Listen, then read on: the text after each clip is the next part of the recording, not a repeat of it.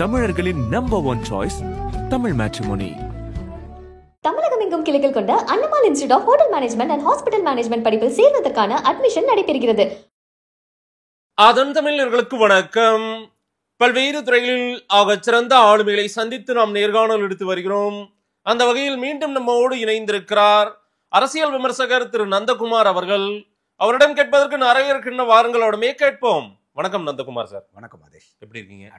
நீங்க எப்படி இருக்கீங்க? அலாமா இருக்கும் சார். திரு விஜய் அவர்கள் கள போராட்டத்திற்கு முதல் போராட்டம் தாவேகா போராட்டத்தில் விஜய் பங்கேற்று பேசியிருக்கிறார். போராட்டம் என்னமோ நீளமா போகாம ரொம்ப ஷார்ட் பீரியட்ல முடிச்சிட்டாங்க. ரொம்ப குறைவான நேரம், வெயில் காரணமும் சொல்லியிருக்காங்க. நம்ம விசாரித்தோம். அதை அவங்க சொல்றதுக்கு காரணம் அதாவது சாரி வேண்டாம் நீதி வேண்டும் அப்படின்லாம் சொன்னாங்க. ஆனா மற்ற 24 குடும்பத்துக்கிட்டையும் சாரி கேளுங்கன்னு சொல்றாரு திரு விஜய் அவர்கள். என்ன கொஞ்சம் முரணா இருக்கு? இது உள்ளபடியே விஜய் அவர்களுடைய இரண்டாவது கள போராட்டம். ஒன்று பரந்தூர் விமான நிலையத்துக்காக அவர் அங்கே நேர்லேயே போயிருந்தாரு. இது செகண்ட் போராட்டம். ஒரு போராட்டம் அனௌன்ஸ் பண்ணி அவங்க பண்றது இதுதான். பரந்தூரும் போராட்டங்கிற மாதிரி தான் பண்ணாங்க. அது அதில் அவங்க முழுமையா போய் நடத்த முடியாத அளவுக்கு கெடுபிடிகள்லாம் பண்ணி அதை வண்டியிலிருந்தே அவர் பேசிட்டு வந்துட்டாரு. இதுக்கு கமிஷனர் கூட இல்லை நாங்கள் எதுவுமே அனுமதியெல்லாம் மறுக்கல, நாங்கள் கொடுத்தது தானே, இல்லை அவங்களா நினச்சிட்டு கோர்ட்டுக்கு போயிட்டாங்க, எல்லா கட்சிக்கும் நாங்களும் கொடுக்குறோம் அப்படின்னு சொல்லிட்டு கமிஷனர் அவர்களும் சொல்லியிருக்காங்க. இது உள்ளபடியே வரவேற்கக்கூடிய ஒரு போராட்டம். ஏன்னா எந்த ஒரு மாநிலத்திலையும் எந்த ஒரு அரசியல் கட்சியுமே ஒரு அறிக்கை வாயிலாக ஒரு கண்டன வாயிலாக தெரிவிச்சுட்டு போயிடுவாங்களே ஒழிய ஒரு இந்த மாதிரி சட்டம் ஒழுங்கு பிரச்சனை பர்டிகுலராக இந்த போலீஸ் கஸ்டோடியல் டெத்துக்கு இந்த அளவுக்கு ஒரு பெரிய ஆர்ப்பாட்டம் எடுத்தது I think this is the first time.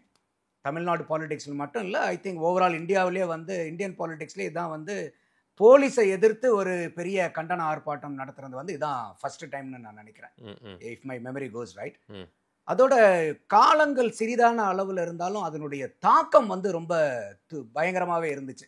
ஒரு பழமொழி சொல்லுவாங்க இல்லையா, கடுகு சிரித்தாலும் காரம் போதாது அப்படின்பாங்க இல்லையா. அந்த மாதிரி விஜய் அவர்கள் இந்த போராட்டத்தை எடுத்தது இளைஞர்கள் மத்தியில் இது ஒரு பெரிய ஒரு பேசுபடு பொருளாக ஆயிருக்கு. நீங்கள் சொன்ன மாதிரி அவங்க அந்த மேடையில் நின்று அவங்க பேசினது எல்லாமே ஒரு டோட்டலாக பார்த்தோம்னா ஒரு 25-26 நிமிஷங்கள் தான். ஆனால் அதுக்குள்ளார அவங்க ஏற்படுத்தின தாக்கம் பப்ளிக்கு கிட்ட இந்த போராட்டம், இதில் பேசப்பட்ட பொருள்கள், இது எல்லாம் போய் மக்கள்கிட்ட சேர்ந்தது ரொம்ப துரிதமாகவே சேர்ந்துருக்குன்னு சொல்லலாம். அதுதான் எப்பயுமே சொல்லுவாங்க இல்லையா, அதாவது messenger is more important then the message அப்படின்பாங்க.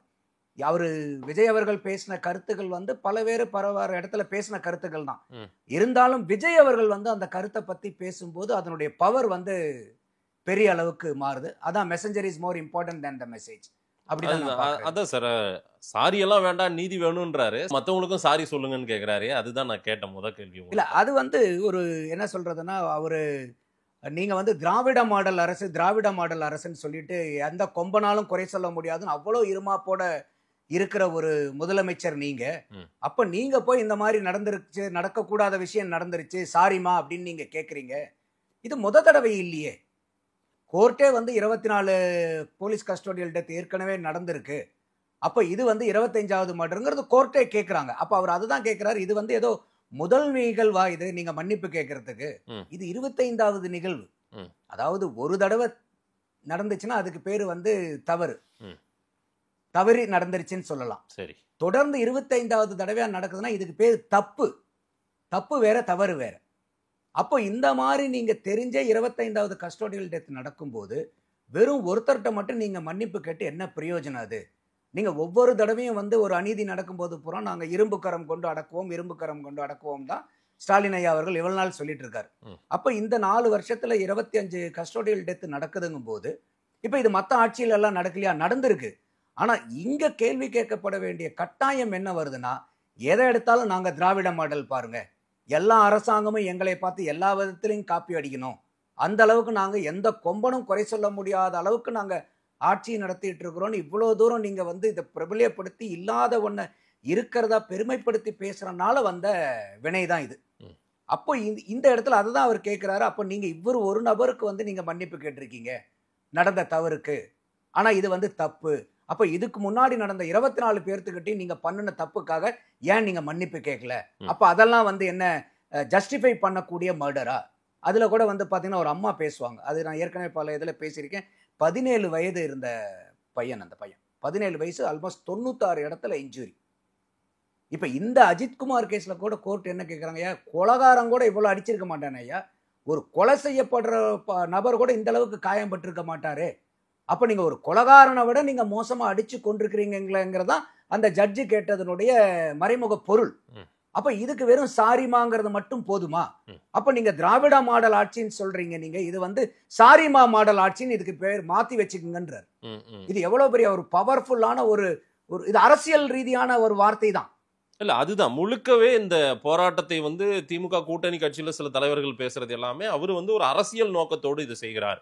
இது பாதிக்கப்பட்டவங்களுக்காக அவன் நின்ன மாதிரி தெரியல, தன்னுடைய அரசியலுக்காக திமுகவை விமர்சிக்க, திமுகவை திட்டுவதற்காக. ஸ்டாலின் ஐயா அவர்களே சொல்லியிருக்காரா இல்லையா? அரசியல் பண்ணாம அவியலா பண்ணுவோம்னு சொல்லியிருக்காரா இல்லையா இவரு?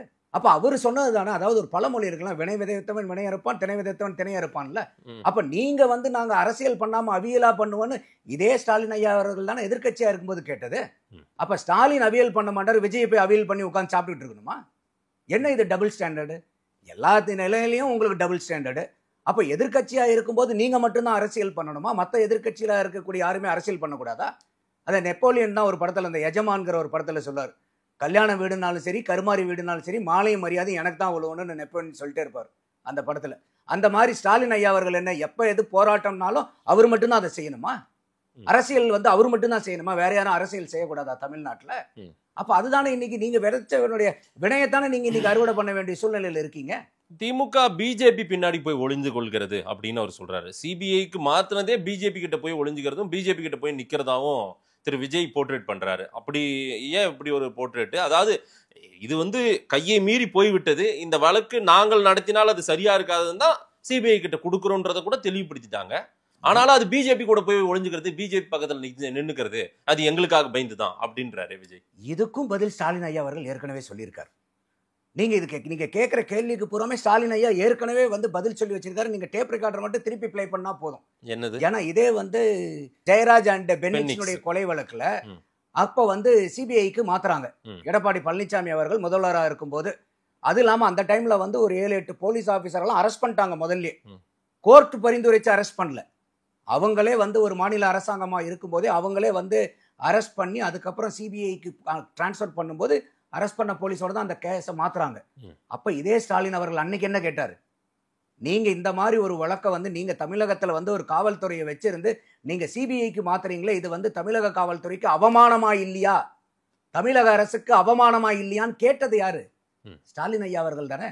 அதைத்தானே இங்க விஜய் அவர்கள் டேப் ரெக்கார்டர் ரீவைண்ட் பண்ணி போட்டிருக்காரு இன்னைக்கு. அப்ப அவர் பிளே பண்ண கேசட்டை இன்னைக்கு இவர் பிளே பண்றாரு. திமுக எதிர்ப்பு நெடி அதிகமா இருந்தால் இங்கு வாக்குகளை அறுவடை செய்ய முடியும்னு விஜய் நினைக்கிறாரா என்ற கேள்வியை திமுக தரப்பினர் வந்து அதை வைக்கிறாங்க.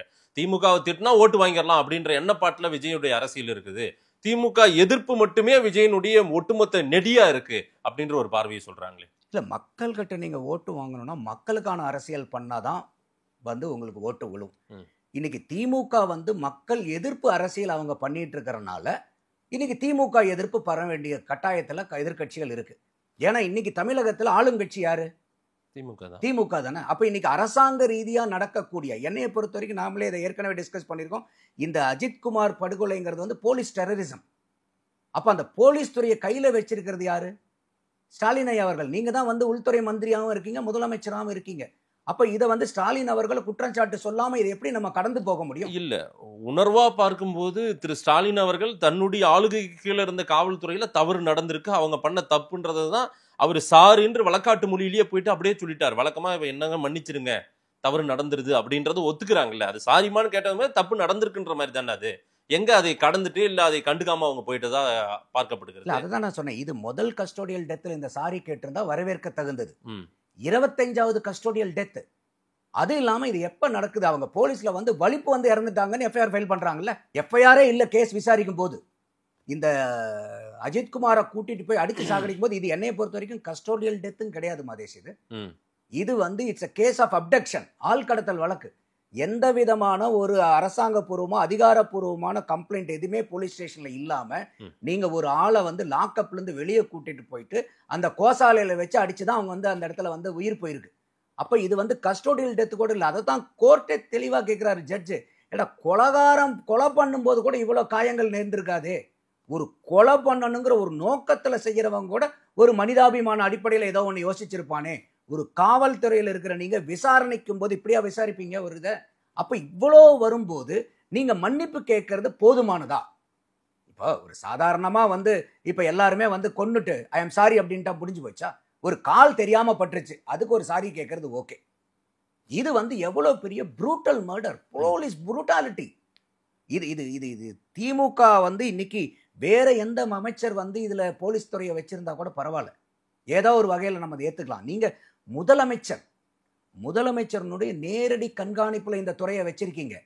எந்த கொம்பனாலும் குறை சொல்ல முடியாத ஆட்சியை நடத்திட்டு இருக்கிறோம். நீங்க தான் ஒவ்வொரு நாளும் 5 தடவை 10 தடவை மேடதோறும் சொல்லிக்கிட்டு இருக்கீங்க. அப்படி இருக்கும்போது இவ்வளவு பெரிய அநியாயங்கள், அட்டூழியங்கள், போலீஸ் அட்ராசிட்டி நடக்கும்போது அந்த சாரி வாங்குறது மட்டும் 10 வாங்குறதா இங்க கேள்வி. இல்ல சார், இந்த அஜித்குமார் வழக்குல திமுக தரப்பு ஐயா முதலமைச்சர் ஸ்டாலின் முதற்கொண்டு எல்லாருமே வேகப்படுத்தினாங்களா இல்லையா? இது பெரிய அளவுக்கு எஸ்கலேட் ஆயிடுச்சு, இது எல்லாரும் கையில எடுக்கிறாங்கன்ட்டு இதற்கான நடவடிக்கையில ரொம்ப துரித கதியில திரு ஸ்டாலின் அவர்களே வேக வேகமா சிபிஐ கொடுத்துட்டாரு, மறுநாளே. இது அவங்க அப்ரிஷியேட் பண்றவங்களுக்கு இதுல வேற வழி கிடையாது, அவங்களுக்கு வேற கதி கிடையாது. அவங்க அதுதான் அவங்க அந்த மூவ்மெண்ட் ஆக்ஷன் இது வேற மாதிரி போயிட்டு இருக்குது. இதுக்கு தேவையில்லாம இது நமக்கு பேக் ஃபயர் ஆகும். அப்ப எந்த அளவுக்கு இது எவ்வளவு பெரிய பிரச்சனைன்னு புரியுதா உங்களுக்கு? அப்ப இவ்வளவு பெரிய பிரச்சனை நடந்திருக்கும் போது சாரிமான் சொல்றது என்ன பெரிய ஆகா, உலகத்திலேயே இல்லாத ஒரு முதலமைச்சர் எங்களது சாரி கேட்டார்னு. இதுல நிறைய பேர் திமுக, நான் பல தடவை, எனக்கு அதுல உடன்பாடு இல்லை. நிறைய பேர் சொல்லுவாங்க திமுக சொம்பு, திமுக அண்டா. இப்ப சில பேர் திமுக கொப்பரையாவே மாறி இருக்காங்க. அது பாத்தீங்களா, எங்க முதல்வர் எந்த அளவுக்கு மன்னிப்பு கேட்டிருக்காரு பாத்தீங்களா? இதுக்கு மேல என்ன ஒரு முதல்வர் கேட்க முடியும்? அதுல ஒருத்தர் ஒருபடி மேல போய் சொல்றாரு, ஒரு மதிக்கக்கூடிய பத்திரிகையாளர்னு சொல்லிக்கிறாங்க. இது பாரதிய ஜனதாவை எங்கேயாவது அவர் எதிர்த்து பேசினாரா அந்த மீட்டிங்ல விஜய் அப்படின்னு கேட்கிறார். இதெல்லாம் எப்படி நம்ம எடுத்துக்கிறது? இந்த இடத்துல போய் பாரதிய ஜனதாவை எதிர்த்து அந்த ஸ்டேஜ்ல பேச வேண்டிய கட்டாயம் என்ன இருக்கு? இன்னைக்கு தமிழ்நாட்டினுடைய காவல்துறை யார் வச்சிருக்காங்க? பாரதிய ஜனதா வச்சிருக்கா? இன்னைக்கு தமிழ்நாட்டில் லா அண்ட் ஆர்டர் இன்னைக்கு டெல்லியா இருந்தா நீங்க ஓகே, போலீஸ் சென்ட்ரல் கவர்மெண்ட் கண்ட்ரோல்ல இருக்கு. தமிழ்நாட்டில் இருக்கக்கூடிய போலீஸ் லா அண்ட் ஆர்டர் யாருடைய சப்ஜெக்ட்ல இருக்கு? தமிழ்நாட்டினுடைய சப்ஜெக்ட்ல தானே இருக்கு. அப்ப அந்த மாதிரி இருக்கும்போது ஒரு பத்திரிகையாளர் ஒரு நாக்கூசாம பேசுறாரு. அந்த ஸ்டேஜ்ல திமுகவை கேள்வி கேட்டது எனக்கு உடன்பாடு தான், ஆனா பாரதிய ஜனதாவை கேள்வி கேட்டாரா அப்படின்னு கேட்கிறாரு. இல்ல சார், விஜய் அரசியல்ல திமுக பாஜக கொள்கை எதிரி, அரசியல் எதிரின்னு சொல்றாரு. திமுகவை நேரடி அட்டாக் பண்றாரு, பிஜேபியை கொஞ்சம் அப்படியே சுத்தி வளைச்சு அட்டாக் பண்றாருன்ற பார்வை தானே சொல்றாங்க. லைட்டா அவர் பட்டும் படாம தொட்டும் தொடாம இப்படிதான் அவருடைய அட்டாக் இருக்கு பிஜேபியா. இல்ல இப்ப தமிழ்நாடு இப்ப இந்த அஜித்குமார் கேஸ் இல்ல, பொதுவாவே விஜய் அரசியல் சார். இல்ல விஜய் அரசியலை பொறுத்த வரைக்கும் நீங்க இன்னைக்கு தமிழ்நாட்டில் இருக்கக்கூடிய எந்த ஒரு கட்சியா இருந்தாலும் யாரை பிரதானமா எதிர்ப்பாங்கன்னா திமுகவை தான் எதிர்ப்பாங்க. அவங்க போய் இன்னைக்கு பாரதிய ஜனதாவை எதிர்க்கணுங்கிற அவசியம் இல்லை அவங்களுக்கு. அந்த பாரதிய ஜனதாவினுடைய எதிர்ப்பு நிலைப்பாடு எந்த இடத்துல வருதோ அந்த இடத்துல அவங்க எதிர்க்க போறாங்க. இப்ப இதே போன தடவை சட்டசபையில ஸ்டாலின் அவர்கள் தீர்மானம் நிறைவேற்றினார், நீட்டை கேன்சல் பண்ணணும் அப்படின்னு சொல்லிட்டு. இதே மாணவர்களுக்கு பரிசு கொடுக்கும் போதுதான் நான் மனதார இதை வரவேற்கிறேன்னு திமுகவுக்கு ஆதரவா பேசினார். அன்னைக்கே நான் பேசியிருந்தேன், இது விஜய் இது வரவேற்கணுங்கிற அவசியமே கிடையாது, இதன முதல் தீர்மானமா? இவங்க 2 தீர்மானம், எடப்பாடி ஏற்கனவே ஒரு தீர்மானம், இது 3வது தீர்மானம். அப்ப இவங்களுடைய வாக்குறுதியில 2021 கொடுத்த வாக்குறுதியில 332வது எண் பிரகாரம் நாங்க ஆட்சிக்கு வந்தா 7.5% உள்ளதுக்கு 10 உயர்த்தி கொடுப்போம்னு சொல்லியிருக்காங்க திமுக. அப்ப நீங்க இன்னைக்கு திமுக நீட்டை நாங்க தீர்மானம் போட்டு இதை நீங்க கேன்சல் பண்ணணும்னு கொண்டு வந்ததை விஜய் அவர்கள் வரவேற்கிறது எந்த விதத்துல நியாயம்னு நானே பேசியிருக்கேன். அப்ப நீங்க ஒரு பாரதிய ஜனதாவை எதிர்க்கணுங்கிறதுக்காக எப்பயுமே நீங்க பாரதிய ஜனதாவை எதிர்க்கணுங்கிற அவசியம் இல்லை. எதிர்க்க வேண்டிய விஷயத்துல நீங்க எதிர்க்கணும். அது யாரா இருந்தா என்ன, திமுகவா இருந்தாலும் சரி, அண்ணா திமுகவா இருந்தாலும் சரி, கம்யூனிஸ்டுகளா இருந்தாலும் சரி, காங்கிரஸா இருந்தாலும் சரி, பிஜேபியா இருந்தாலும் எதிர்க்க வேண்டிய விஷயத்துல யாரா இருந்தாலும் எதிர்க்கணும். ஆனா இன்னைக்கு தமிழ்நாட்டினுடைய அரசியலே திமுக எப்படி கட்டமைச்சிருக்காங்கன்னா பாரதிய ஜனதாவை எதிர்ப்பு, பாரதிய ஜனதா எதிர்ப்புன்னு கட்டமைச்சிட்டனால எல்லாருமே பாரதிய ஜனதாவை எதிர்க்கணும், எல்லாத்துக்குமே எதிர்க்கணுங்கிற அவசியம் இல்லையே. அப்ப அதைத்தான் இந்த இடத்துல அப்போ இப்ப திமுகவை இப்ப இவங்க என்ன தமிழ்நாட்டில் நடக்குதுன்னா, இன்னைக்கு திமுகவை யாராவது கேள்வி கேட்டுட்டா, யாராவது விமர்சிச்சுட்டா அவன் சங்கி. இதான் இன்னைக்கு திமுகவுடைய அரசியலை பண்ணிட்டு இருக்காங்க. அப்ப இது எப்படி யாருனால ஏத்துக்க முடியும் இதை? அப்ப திமுக எதையுமே குறை சொல்ல முடியாத அளவுக்கு ஆட்சி நடந்துகிட்டு இருக்கா இப்போ. அப்ப திமுகவை குறை சொல்லிட்டா உடனே பாரதிய ஜனதாவையும் தேவையில்லாம இழுத்து வச்சு குறை சொல்லணுமா? தேவையில்லையே. பாரதிய ஜனதா சம்பந்தப்பட்ட ஏதாவது ஒரு மக்கள் நல பிரச்சனையா இருந்தா யாரு வேணா அதை விமர்சிக்கலாம். நமக்கு பாரதிய ஜனதான்னா என்ன, திமுகனா என்ன? அப்ப நீங்க திமுகவினுடைய அரசியல் பாரதிய ஜனதா எதிர்ப்பா இருக்கலாம், அதுக்காக எல்லா கட்சிக்கும் அது எதிர்ப்பு இருக்கணுங்கிற அவசியம் இல்லையே. விஷயம் சார்ந்து ஒரு சப்ஜெக்ட் சார்ந்து எதிர்க்கலாம், ஆதரிக்கலாம். இதுல என்ன இருக்கு? இந்த போராட்ட அரசியல் கள அரசியலுக்கு தொடங்கி விட்டாரா விஜய்? அடுத்தடுத்து விஜயனுடைய அரசியல் வந்து ரொம்ப தீவிரப்படுத்தப்படும்னு பாக்குறீங்களா? கட்டாயமா. ஏன்னா இப்ப இந்த மாதிரி பிரச்சனைக்கு இப்ப இந்த போராட்டம் மட்டும் இல்ல, அவர் அதுக்கு முன்னாடி அவருடைய எக்ஸிகியூட்டிவ் கமிட்டி மீட்டிங்க்கு முன்னாடி அவங்க வீட்டுக்கும் போயிட்டு வர்றார். அந்த வீட்டுக்கு போகும்போது எந்த விதமான ஒரு அறிவிப்பும் இல்லை. இப்ப இந்த போராட்டத்துல கூட பாருங்க, இவர் வெறும் அஜித்குமாருக்காக மட்டும் இந்த போராட்டத்தை கையில எடுக்கல. இதுக்கு முன்னாடி இருக்கக்கூடிய அந்த 24 பேர்த்து குடும்பத்தையும், அதுல 20 பேர்த்து குடும்பத்தையும் சந்திச்சு பேசியிருக்காங்க. அதுதான் சார், இதுல திமுகவினர் வைக்கக்கூடிய விமர்சனத்தை நான் கேள்வியை வச்சாதான் தெளிவு பிறக்கும். இவ்வளோ அக்கறையோடு பேசுறவர் அந்த 24 குடும்பத்தையும் போய் இவர் ஒன்றும் நேரில் ஒன்றும் பார்க்கல.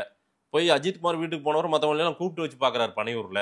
இந்த மாதிரி அரசியல் தானே பண்ணிருக்காரு விஜய் அப்படின்ற ஒரு பார்வையும் திமுக தரப்புல விமர்சனமா வைக்கிறாங்க. இல்ல, பனையூர்ல வந்து வெள்ளம் நிவாரணத்துக்கு கூப்பிட்டு கொடுத்ததை நானே விமர்சிச்சிருக்கேன். ஆனா இந்த மாதிரி பாதிக்கப்பட்டவங்களை இவங்க வந்து இருக்கக்கூடிய நாள் ரொம்ப கம்மி. அப்போ வந்து இவங்க எல்லா இடத்துக்கும் ஒவ்வொரு இடத்துக்கும் பயணம் போயிட்டு இருந்துச்சுன்னா அவங்களுக்கு வந்து அந்த எல்லாத்தையும் சந்திச்சு முடிக்க முடியாது.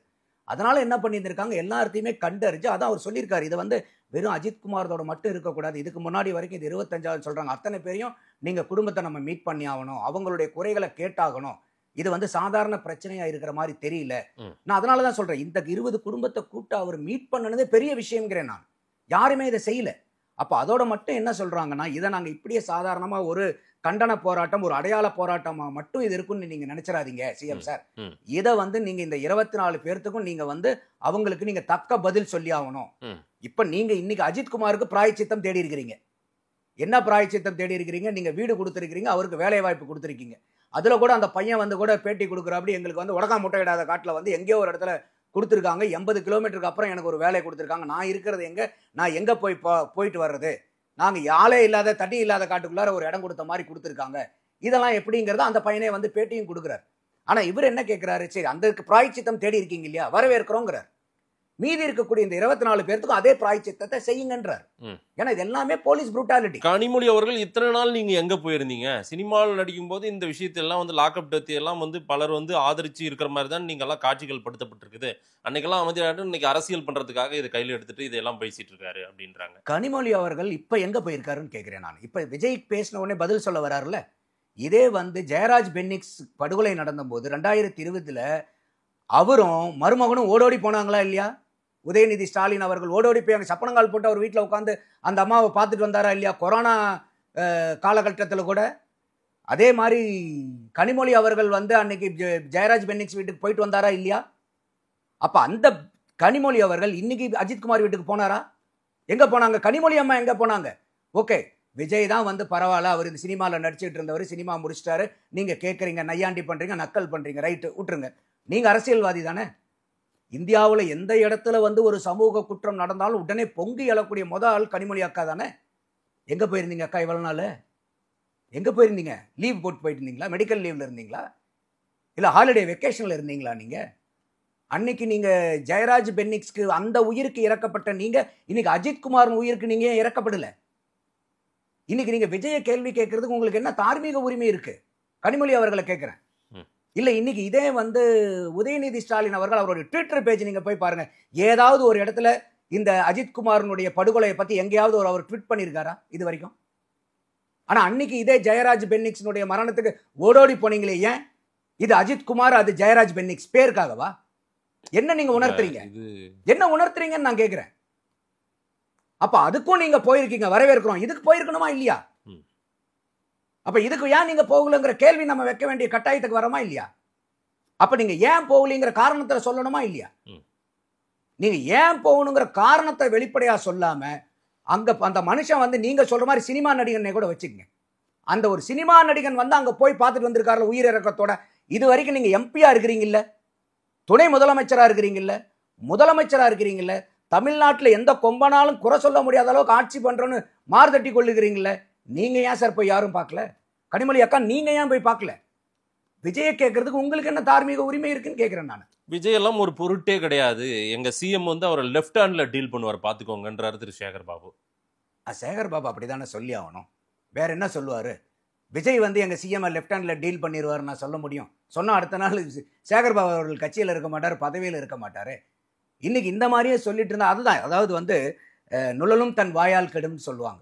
அந்த மாதிரி எந்த ஒரு நேரத்திலையும் எதிர்க்கட்சிகளினுடைய விமர்சனத்தை அதை ஒரு விமர்சனமாக எடுத்துக்கிட்டு நம்மளுடைய அரசாங்கத்தை, நம்மளுடைய அரசியல் ஆட்சியை எப்படி இன்னும் கட்டமைச்சுக்கணுங்கிறது பார்க்கறது தான் ஆளும் கட்சியினுடைய ஒரு வேலையாக இருக்கணும். அதுதான் பார்வையாக இருக்கணும். ஒருத்தர் வந்து ஒரு விமர்சனம் வச்சுட்டாவே அவர் எதுக்குமே லாக் இல்லாதவங்க, நாங்கள் வந்து லெஃப்ட் ஹேண்டில் டீல் பண்ணிடுவோங்கிற மாதிரிலாம் நீங்கள் பேசிக்கிட்டு இருந்தீங்கன்னா யாரை லெஃப்ட் ஹேண்டில் டீல் பண்ணுவாங்கங்கிறது நம்ம வருங்காலத்தில் சொல்லிடுவாங்க. அப்போ இது வந்து நீங்கள் விஜய் மேலே வைக்கக்கூடிய விமர்சனங்கள் இல்லை.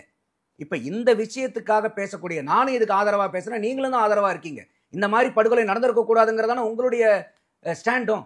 அப்போ நம்மளை மாதிரி தமிழக மக்கள் அத்தனை பேர்த்தையும் வந்து எங்கள் முதலமைச்சர் லெஃப்ட் ஹேண்டில் டீல் பண்ணிடுவாருங்கிறதான நம்ம எடுத்துக்க முடியும். ஏன்னா அவர் வந்து இன்னைக்கு அந்த மாதிரி ஒரு குரல் டற்றங்களோட குரலாக தானே விஜய் அங்கே வந்து ஒழிச்சிருக்காரு. அப்போ அது வந்து நம்ம பாராட்டணும் இல்லை? அப்போ அது பாராட்டுறதுக்கு கூட மனசு இல்லைன்னா நாங்கள் வந்து லெஃப்ட் ஹேண்டில் டீல் பண்ணிடுவோம் அப்படின்னா என்னத்தை போய் நீங்க லெஃப்ட் ஹேண்ட்ல டீல் பண்ணிடுவீங்க? அப்படி இருக்கும்போது ஏன் இவ்வளவு பரிதவிப்பு, பதப்பதைப்பு? விஜய் வரும்போது, விஜய் பேசும்போது யாரு பரிதவிப்பு? திமுக காரங்க தான். ஏன் இன்னைக்கு சேகர்பாபு இந்த அளவுக்கு பரித வச்சு லெஃப்ட் ஹேண்ட்ல டீல் பண்ணிடுவார்கள்? கண்டுக்காம போலாமே. ஒரு விஜய் அவர்கள் கண்டு திமுக பயப்படலன்னா ஏன் வந்து அவங்களுக்கு இவ்வளவு தூரம் வந்து எதிர்வினையாற்றணும்? ஓகே, அவங்க ஏதோ ஒரு பிரச்சனை நடக்குது, அதுல ஒரு போராட்டம் நடத்திட்டு இருக்காங்க, லெஃப்ட் ஹேண்ட்ல தானே சார். இதான் லெஃப்ட் ஹேண்ட்ல டீல் பண்றது இல்லை சார். சிஎம் முதலமைச்சர் வந்து ஒரு நீண்ட கால அரசியல் அனுபவம் உடையவர், உங்களுக்கு தெரியும். அவரை போயிட்டு திரும்ப திரும்ப உங்களுக்கு தெரிஞ்சுதான் இதெல்லாம் நடக்குதா, தெரியாம நடக்குதா, எங்களுக்கு ஒன்றும் தெரியலையா அப்படின்றார் விஜய். இந்த ஸ்டேட்மெண்ட்டை கடந்த 2-3 முறை அவர் பேசும்போது இதையே அழுத்தமா சொல்றாரு. அப்போ திரு ஸ்டாலின் அவர்களுக்கு தெரியாம இதெல்லாம் நடக்குதுன்ற மாதிரி சொல்ல வராரா? என்ன சொல்ல வராரு அவரு? இல்லை, 2 வகையிலையும் அவர் கேள்வி வைக்கிறதா நான் பார்க்குறேன். அப்போ இப்போ நீங்க சொல்ற பதிலே பார்த்தா அப்போ இதெல்லாம் தெரியாம நடக்காது சார், சிஎம்க்கு தெரிஞ்சுதான் நடந்திருக்குன்றதான் உங்களுடைய கேள்வியிலே இருக்குது. இல்லைன்னா அவரு கேட்கறது இப்படி கேட்கிறாரு. அல்ல, அதான் சிஎம் சார் உங்களுக்கு இதெல்லாம் தெரியுதா, தெரியாம தான் நடக்குதா அப்படின்னு அன்னைக்கும் பேசுறாரு, இன்னைக்கும் பேசுறாரு. அப்போ என்ன அர்த்தம்னா, ஒரு சிஎம்க்கு தெரியாம நடந்திருந்தாலும் இது பெரிய தவறு, தெரிஞ்சு நடந்திருந்தா அது அதை விட பெரிய தவறு. அப்போ நீங்க இல்ல சிஎம்க்கு தெரிஞ்சேதான் இது நடந்திருக்குங்கன்னா அதனாலதான் சொல்றேன் இது மன்னிக்க முடியாத குற்றம் அவருக்கு தெரிஞ்சு நடந்திருந்துச்சுன்னா. ஏன்னா அவர் சிஎம், இது 25வது படுகொலை நடக்குது, போலீஸ்னுடைய மந்திரி நீங்க. அப்போ எப்படி உங்களுக்கு கீழே இருக்கக்கூடிய காவல்துறை இந்த மாதிரி நடக்கும்போது உங்களுக்கு எப்படி தெரியாம நடந்திருக்க முடியும்? இல்ல, லாக்அப் டெத் எல்லா காலங்களிலும் நடக்குதுன்றாரு திருமாவளவன். நானே முதலமைச்சரானாலே அதை தடுக்க முடியாது அப்படின்ற ஒரு ஸ்டேட்மெண்ட்டை சொல்றாரு. அது மட்டும் இல்லாம திரு விஜய் அவர்கள் போராட்டம் ஒரு உள்நோக்கம் கொண்டதாகவும் அவருக்கு ஒரு சந்தேகம் இருக்கிறதா சொல்றாரு. திமுக எதிர்ப்பு நெடி அதிகமா இருக்குன்னா அது அவங்க பாதிக்கப்பட்டவங்களுக்கு கூட நீங்க நடத்துற போராட்டம் பலன் தராதேன்றாரு. திருமாவளவன் நடக்கும்போது போலீஸ் கஸ்டோடியல் டெத் இல்லாம இருக்குமானா இருக்கலாம். ஏன்னா அவரு திராவிட மாடல் ஆட்சி இல்லையே, ஸ்டாலின் ஐயா அவர்கள் தானே திராவிட மாடல் ஆட்சி. எந்த கொம்பனும் சொல்ல முடியாத ஆட்சி வந்து திராவிட மாடல் ஆட்சி தானே, வேற எந்த ஆட்சியுமே இல்லையே. அதனால தானே நம்ம இவ்வளவு தூரம் கேள்வி கேட்கிறோம். யாராவது இது வரைக்கும் எந்த கொம்பனாலும் குறை சொல்ல முடியாத அளவுக்கு எங்களுடைய திராவிட மாடல் இருக்குன்னு என்னைக்காவது யாராவது சொல்லியிருக்காங்களா வேற கட்சிக்காரங்க? இதே அதிமுக தானே தமிழ்நாட்டு ஆண்டு இருக்குது. என்னைக்காவது ஜெயலலிதா சொன்னாரா, எம்ஜிஆர் சொன்னாரா, இல்ல எடப்பாடி அவர்கள் தான் சொன்னாரா எந்த கொம்பனாலும் குறை சொல்ல முடியாத ஆட்சி திராவிட மாடல் ஆட்சின்னு? நீங்க தானே ஒரு திராவிடத்தை ஏகபோக குத்தைக்கு எடுத்து வச்ச ஹோல்சேல் டீலர் மாதிரி டெய்லி திராவிட மாடல் அப்படி நீங்க தானே சார் சொல்றீங்க. இப்ப இது வந்து திருமாவளவன் அவர்களால் நடத்த முடியாது. ஏன்னா அவரு திராவிட மாடல் ஆட்சி பண்ண போறது இல்லை. அப்ப ஸ்டாலின் ஐயா அவர்கள் தான் நீங்க திராவிட மாடல் ஆட்சி நடத்திட்டு இருக்கீங்க. அப்ப அந்த திராவிட மாடல் ஆட்சியில இவ்வளவு அலங்கோலம் நடக்கலாமாங்கிறதா எல்லாத்தினுடைய கேள்வியாகவும் வருது. அப்ப அந்த இடத்துலதான் விஜயும் இதனுடைய கேள்வியா வைக்கிறார். அப்ப விஜய் வைக்கக்கூடிய கேள்வியில முதலமைச்சருக்கு தெரியாம இது நடந்துருச்சுன்னா அது தப்பு. அப்போ முதலமைச்சருக்குலாம் இதில் தெரியாமையா இருந்திருக்கணுங்க. என்னங்க இந்த அளவுக்கு அநியாயமா விஜய் பேசுறாருங்கிற மாதிரி எடுத்துக்கிட்டாலும் முதலமைச்சருக்கு தெரிஞ்சே நடந்திருந்தா இது அதை விட பெரிய தப்பு. அப்ப அவர் கேட்கிற மாதிரி நீங்க ஏற்கனவே நடந்த 24 பேர்த்திட்டு நீங்க அப்ப மன்னிப்பு கேளுங்க. ஏன்னா உங்களுக்கு தெரிஞ்சேதான் அத்தனை தப்பு நடந்திருக்குது. அப்ப உங்களுக்கு தெரிஞ்சே தப்பு நடக்கும்போது அது குற்றம். தெரிஞ்சே தப்பு நடந்தா அதுக்கு பேர் குற்றம். பரந்தூர் விஷயத்துக்கும் நான் வந்து உங்களை சந்திக்க வேண்டிய நிலைக்கு என்னை தள்ளிடாதீங்கன்றாரு. இதுக்கும் நான் மக்களோடு சேர்ந்து நீங்க சட்டம் ஒழுங்கு சரி பண்ணலாம் இருக்கிற 7-8 மாசத்துல அதற்கு நான் மக்களோட சேர்ந்து வீதிக்கு வருவோம் போராடுவேன்றாரு. ஏதோ ஒரு டார்கெட் வச்சிருக்காரு போல, ஏதோ ஒரு இலக்கு வச்சு திமுகவை எதிர்கொள்ளணும்னு நினைக்கிறாரு போல. இவங்க தானே கேட்டுட்டு இருந்தாங்க, நீ வா ஃபீல்டுக்கு வராமே இருக்க, நீ களத்துக்கே வர மாட்டேங்கிறேன்னு இவ்வளவு நாள் குரல் கொடுத்துட்டு இருந்தது யாரு? திமுக தானே. பனையூர்லயே இருக்குன்னு விமர்சனம் வச்சாங்க. பனையூர்லயே உட்கார்ந்துட்டு இருக்கிறீங்க, எல்லாம் வந்து நீங்க வந்து ஆன்லைன்லயே பாலிடிக்ஸ் பண்றீங்க, ஒர்க் ஃப்ரம் ஹோம் பொலிட்டீஷியனா இருக்கிறீங்கன்னு இதெல்லாம் நக்கல் நையாண்டி பண்ணது யாரு? 2 விஷயத்துக்கு தானே மனுஷன் வெளியே வந்திருக்கிற அப்படிப்பா. பரந்தூருக்கு வந்ததுக்கும் இன்னைக்கு அஜித்குமார் இந்த 25 பேருக்கு மரணத்துக்கு வந்த உடனே லபோ தீபோன்னு திமுக நீங்க அடிச்சுக்கிறீங்க. நீங்க தானே சார் கூப்பிட்டீங்க, வா பாத்துக்கலாம். இந்த வடிவேல் தான் ஒரு படத்துல சுந்தர் சியை கூப்பிட்டே இருப்பார், வா பாத்துக்கலாம் பார். வந்துட்டு என்னப்பா, இல்ல நான் இந்த இடத்துல சொல்ல, அந்த இடத்துக்கு வா, அங்க வா கடைசியில் என் வீதிக்கு வா, என் வீட்டுக்கு வான்பார், அவர் வீட்டுக்கே போய் நின்றுவார். அப்ப அந்த மாதிரி நீங்க கூப்பிட்டு தானே சார் அவர் வந்துட்டு இருக்கிறாரு. இப்ப நீங்க தானே இவ்வளவு நாள் நீங்க வந்து அதை விமர்சனம் பண்ணிட்டு இருந்தீங்க. 2 போராட்டத்துல வந்து நின்ன உடனே நீங்க வந்து லபோதிபோன்னு கத்திட்டு இருக்கீங்க. அப்ப இப்ப ஏன்டா இந்த மனுஷனை கூப்பிட்டாங்கிற மாதிரி நீங்க யோசிச்சுட்டு இருக்கீங்களா? இப்போ இல்ல விஜய் அரசியல அவங்க அப்படி அணுகுவாங்களான்னு தெரியல. இன்னொரு ரொம்ப முக்கியமான ஒரு கேள்வி, இதையுமே நம்ம இதை சரிப்படுத்தணுன்றதான் அந்த கேள்வி. ஏற்கனவே மதுரை ஏர்போர்ட்டு கிட்ட யாரும் வராதிங்க செய்யாதீங்கன்னு அவர் சொல்லிட்டு ப்ரெஸ் மீட் எல்லாம் கொடுத்துட்டு போனார் விஜய். அப்பவும் போனாங்க, எல்லாம் மதுரை ஏர்போர்ட்டே ஒரே அலகோலமாச்சு. நான் கோயம்புத்தூர் சமீபத்தில் போகும்போது கோயம்புத்தூர் ஏர்போர்ட்லேயும் திரு விஜய் அவர்கள் போனபோது அந்த பூத் முகவர்கள் கூட்டமாக அப்போது இந்த ஏர்போர்ட்டே கலேபரமாக இருந்துச்சு சார்னு எனக்கு ஒரு நண்பர் சொன்னார். சிவானந்தா சாலையும் நேற்றைக்கு எல்லாம் தடுப்புகளை உடைச்சு ஒரே அமர்க்கலாம். இது தொடர்ச்சியாகவே இந்த விஜய் கட்சி தொண்டர்களால் இது நடத்தப்படுகிறது. இன்னைக்கு தாவேக்கா வந்து ஒரு மாநகராட்சி பொறியாளருக்கு சொல்லியிருக்காங்க, நாங்களே அதை சரி பண்ணி கொடுத்துட்றோம்னு சொல்லியிருக்காங்க. நல்ல விஷயம் அது. பட் ஏன் இந்த மாதிரி ஒரு ஒரு நடத்தை, அதை ஏன் கட்டுப்படுத்த முடியல அந்த கட்சிக்குள்ளார? தாவேக்காவுக்குள்ள யாருக்கிட்டையுமே கட்டுப்படாத ஒரு கூட்டமா மாறி இருக்கு. அந்த அளவுக்கு நம்ம அதை பார்க்கணுங்கிற அவசியம் இல்ல. இது நான் 3 செயல்பாடை சொல்றேன், நான் வேற சொல்றேன். ஆமா, இது கோயம்புத்தூர்ல கூட என்ன ஒண்ணு நடந்துச்சுன்னா, அப்ப வந்து அவங்க போலீஸ்காரங்களே சொல்லியிருக்காங்க, சார் கூட்டம் நிறைய இருக்கு, நீங்க அட்லீஸ்ட் வண்டியில ஏறினாச்சும் எல்லாத்துக்கும் நீங்க ஒரு வணக்கம் போட்டு போயிருங்க, இல்லைன்னா எங்களை கண்ட்ரோல் பண்ண முடியாது அப்படின்னு அவங்க காவல்துறைக்காரங்க கேட்டுக்கிட்டனாலதான் இவர் ஏறி நின்று ஆரம்பிச்சிருக்காரு. அதுக்கு மேல அதை கண்ட்ரோல் பண்ணவே முடியல. அப்போ இதை வந்து போலீஸ் தான் இதை வந்து முன்னெச்சரிக்கையா இருந்திருக்கணும். சரி, அப்ப இன்னைக்கு வந்து ஒரு போராட்டம் நடத்துறோம்னா யாருக்கிட்ட போய் அனுமதி வாங்குறோம்? காவல்துறை. எதுக்காக போய் அனுமதி வாங்குறோம்? பாதுகாப்பு கொடுத்து அதை சரியா யூனிஃபார்மா கரெக்டா கொண்டு போகணுன்றதுக்கு அவங்க தான். அப்ப அதனுடைய கடமை யாருடையது? இல்ல சார், நேற்றைக்கு காவல்துறை அனுமதி கொடுத்து தான் அங்க நடக்குது போராட்டம். அதனையும் மீறி நம்ம வந்து பொது சொத்துக்கு சேதம் விளைவிப்பது போல நம்ம பண்ணிட்டு இப்ப நாம அதையே பனிஷ் பண்ற மாதிரி. நம்மளே பொது சொத்து சேதம் எந்த இடத்துல நடந்திருக்கு? நேத்துக்கு அந்த தடுப்பு கம்பிகள் எல்லாம், தடுப்பு கம்பி இப்ப நீங்க ஒண்ணு இல்ல, நீங்க சாதாரணமா நீங்க ரோட்ல போகும்போது கூட வந்து பாத்தீங்கன்னா டிராபிக் வண்டி அதிகமா நின்னுச்சுன்னா வண்டியில போறவங்க கூட இறங்கி நின்று ஒதுக்கி வச்சு போயிடுறாங்க. சரி, அப்ப அந்த டிராபிக் பேரிகேடை நகர்த்தி வைக்கிறது வந்து பொது சொத்தினுடைய சேதம்னு நம்ம சொல்ல முடியாது. அப்ப அந்த இடத்துல வந்து இன்னைக்கு நீங்க போலீஸ் அந்த அளவுக்கு காவல் நீங்க கட்டுப்பாடுக்கு கொடுத்திருக்கீங்களா? அப்ப அது கொடுத்திருந்தா எப்படி அந்த இடத்துல நடக்கும்? அப்ப காவல்துறை இவ்வளவு தூரம் வந்து ஒரு விஜய் வராருனாக்கா அங்க வந்து போராட்டம் நடத்த போறாங்கன்னா அப்ப நீங்க வந்து ரொம்ப அண்டர் எஸ்டிமேட் பண்ணிட்டீங்களா? கூட்டம்லாம் யாரும் வரமாட்டாங்க, இந்த மாதிரி போராட்டத்துக்குலாம் மக்கள் வரமாட்டாங்கன்னு நீங்க அண்டர் எஸ்டிமேட் பண்ணி பற்றாக்குறையா நீங்க காவல் கொடுத்தீங்களா? அப்போ போலீஸ்க்கு வந்து நம்ம போய் இன்னைக்கு போராட்டத்துக்கு நம்ம அனுமதி வாங்குறதுக்கு காரணமே என்னன்னா, அதுக்கு தேவையான அந்த எதிர்ப்பு போராட்டத்துக்கு உண்டான அத்தனை பாதுகாப்பும் வசதிகளும் எந்த இடத்துலையும் பிரச்சனை வராம பார்த்துக்க வேண்டியது காவல்துறையினுடைய பொறுப்பு. அப்ப காவல்துறையை மீறி இது நடந்ததுக்கு அப்புறம் இதுக்கும் நீங்க குற்றச்சாட்டு வந்து விஜய் மேலதான் வைப்பீங்களா? எந்த விதத்துல நியாயமா இருக்கும் இது? அது ஏற்புடையவாதமே இல்லையா? அது யாரா இருக்கட்டும். இப்ப இதே வந்து அவங்க வந்து பாத்தீங்கன்னா இங்க போய் அடிச்சிட்டாங்க, அங்க போய் உடைச்சிட்டாங்க. இப்ப ஒண்ணும் இல்லை, இப்ப சமீபமா வந்து பாத்தீங்கன்னாக்கா இவர் நம்ம திருவண்ணாமலையில ஏவாவாலு மீட்டிங் நடந்து உதயநிதி ஸ்டாலின் போய் அங்க பங்கெடுத்துக்கிறாரு.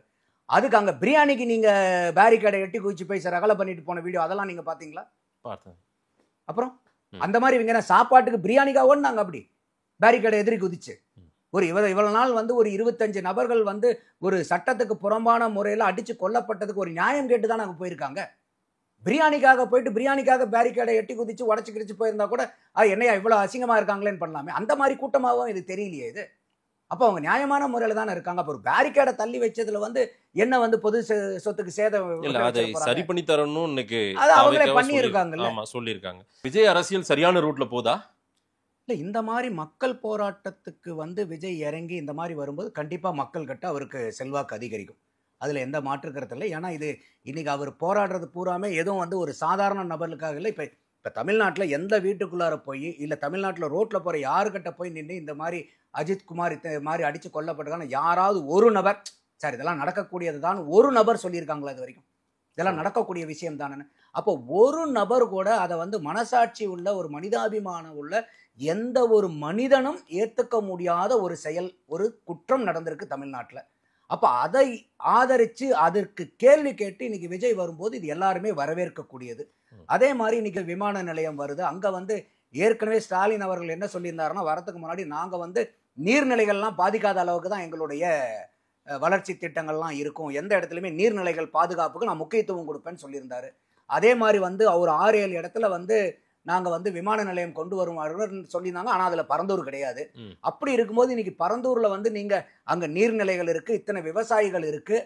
அப்போ அத்தனை விவசாயிகளினுடைய வாழ்வாதாரம் போனாலும் பரவாயில்லன்னு சொல்லிட்டு நீங்கள் இன்னைக்கு எடுக்கிறீங்க. இதே திமுக அதிமுக ஆட்சியில் இருக்கும்போது அந்த 8 வழிச்சாலைக்கு அவங்க என்னென்ன ஆர்ப்பாட்டம் பண்ணாங்க, யார் யாரையெல்லாம் ஆர்ப்பாட்ட களத்தில் இறக்கி விட்டாங்க, எத்தனை சமூக ஆர்வலர்கள், எத்தனை சமூக செயல்பாட்டாளர்கள், எத்தனை வந்து என்னென்னமோ பேரில் டிசைனாக எத்தனை ஆட்கள் எத்தனை ஊர்ல இருந்து வந்தாங்க, எந்த துறையிலிருந்து வரல, சினிமா துறை முதல் கொண்டு எல்லாம் ஆள வந்தாங்களா இல்லையா? இன்னைக்கு நடந்துட்டு இருக்கக்கூடிய இந்த சட்டம் ஒழுங்கு பிரச்சனைக்கு யாராவது அந்த நபர்கள் எல்லாம் இன்னைக்கு நம்ம கண்ணுக்கு தென்பட்டு இருக்காங்களா? அன்னைக்கு அதிமுக ஆட்சியில் இருக்கும்போது போராட்டம் தெரிவிச்ச, அறிக்கை விடுத்த அத்தனை நபர்கள், அது சினிமா துறையாகட்டும், இவங்க யாராவது இன்னைக்கு களத்துல இருந்திருக்காங்களா? இந்த 4 வருஷத்துல நீங்க எங்கேயாவது பாத்தீங்களா அவங்கள? அப்ப ஏதோ ஒரு படத்துல தான், அந்த கர்ணன் படத்துல வரும்ல, கண்டா வர சொல்லுங்க, அவனை கையோட கூட்டி வாருங்கன்னு. அந்த மாதிரி இன்னைக்கு அங்க எங்க போனாங்க இந்த சமூக செயல்பாட்டாளர்கள், சமூக ஆர்ப்பாட்டாளர்கள், நல்லிணக்க மேன்மையாளர்கள், இவங்களாம் எங்க போயிட்டாங்க?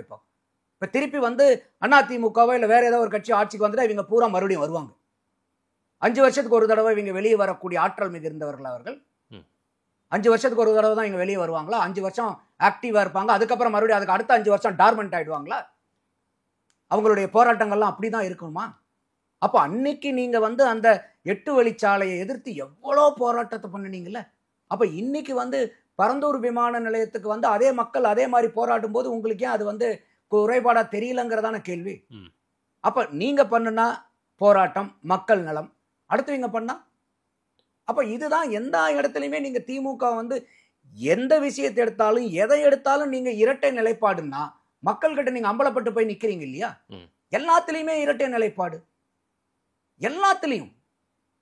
அப்போ எப்படி இது? மக்கள் யதார்த்தமா பார்த்தாவே அவங்களுக்கு புரிஞ்சிருமே, ஓ அப்படியா இதுதான் திமுகவா, டபுள் ஆக்டிங் திமுக வாங்குற மாதிரி ஆயிடும் இல்லையா? அப்போ ஸோ விஜய் போராட்டத்தை மக்கள் ஆதரிக்கிறார்கள், விஜயினுடைய மூவ் வந்து சரியாக தான் இருக்குன்றீங்க நீங்க? கட்டாயமா இது வரைக்கும் அவர் எடுத்திருக்கக்கூடிய 2 போராட்டமே ரொம்ப முக்கியமான போராட்டமா இருக்கு. அது மாதிரி இனிமேல் வரக்கூடிய ஒவ்வொரு மக்கள் நலன் சார்ந்ததுக்கும் விஜய் அவர்கள் களத்துக்கு இந்த மாதிரி வரணும்.